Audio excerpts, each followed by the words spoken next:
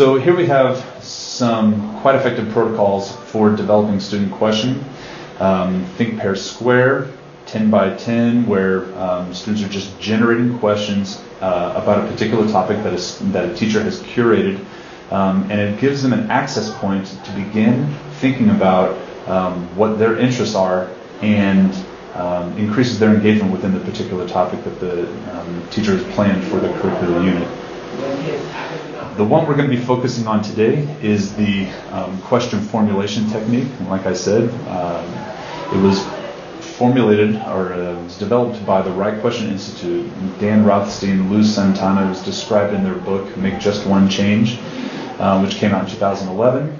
And what started as a tool for transforming learning in the classroom, the authors explicitly stated that they have higher ambitions for this particular technique, in that they envision it as a pro-democracy tool for empowering partnerships between patients and their healthcare professionals, or between citizens and their elected officials. So really it's a wide-ranging strategy to get people developing questions and prioritizing their questions so they have access to the information that's going to benefit them the most. And so what we're going to do today, I'm going to take you through the steps of the question formulation technique, and it starts with the question focus. And here's our focus for today. There are some questions that shouldn't be asked until a person is mature enough to appreciate the answers. Now, what we're going to do, we are going to be referring back to this. This is called the question focus. It's never a question itself. It's a statement that is either designed to generate some kind of controversy or some kind of interesting opinion. So we're going to be coming back to this. And this protocol is specific in its steps to allow students to start asking questions and categorizing and prioritizing their questions as well. So the first 4 rules for producing your own questions. Number 1, ask as many questions as you can. And what this does, it gives a license to ask. Number 2, do not stop to discuss, judge, or answer the questions. Number 3, write down every question exactly as it's stated. And so this is an opportunity for students and teachers, when we're writing down questions, to respect the voices of all the students in your classroom by not self-editing and things like that. And finally, change any statement into a question. And this really gets you in a habit of saying that we are in question mode right now. So what I'd like you to do, we're going to be spending approximately 4.5 minutes generating questions according to these rules. So let's go back to our question focus, and then we will generate these questions, and I will put the rules back up, and we'll talk about this. So there's our question focus. 4 minutes begins now. All right. So once we have a list of questions on an individual level, then what we would be doing is getting together in small groups to then compare our questions. I'm going to give you another 3 minutes to compare with 2 to 3 people near you and begin talking about what your questions are. Begin. Okay, 3, 2, 1. The next steps in the question formulation technique, once you have these questions, and can I get some questions? Yes, let's talk about these questions, all right?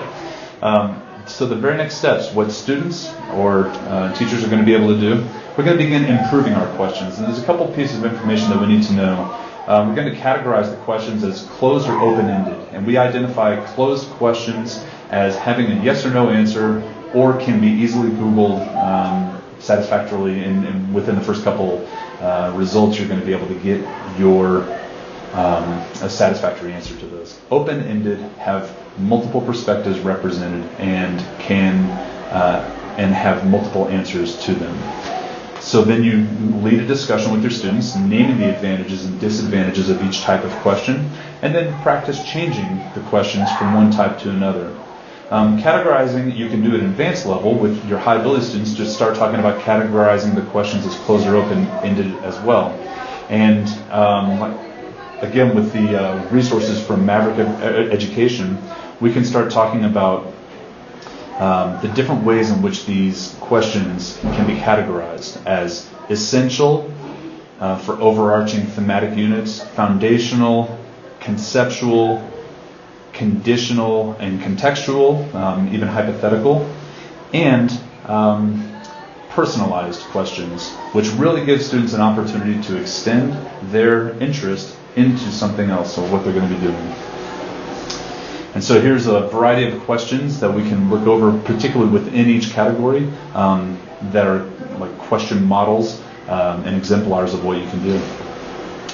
So once you've categorized these questions as closed or open-ended, name the advantages, have this discussion with your students, changing those questions from one type to another. Then we go to the next step. Step 3, you're prioritizing your questions.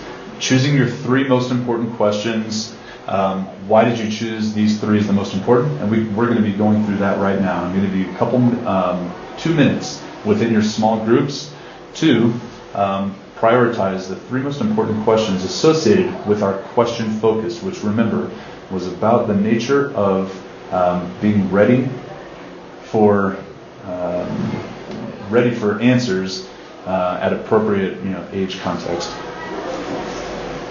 And then finally, what are you going to do with your questions? And this is where you really give an opportunity for high ability learners to start delving into the inquiry process and advocating for their own interests and motivation abilities to think about what the next steps could possibly be. Now, this can be prescribed by the teacher, or it can be student generated as well.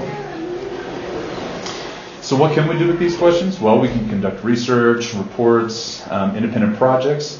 What I'm going to show you now is a really fun activity that really you can use with any age level called Mystery Skype.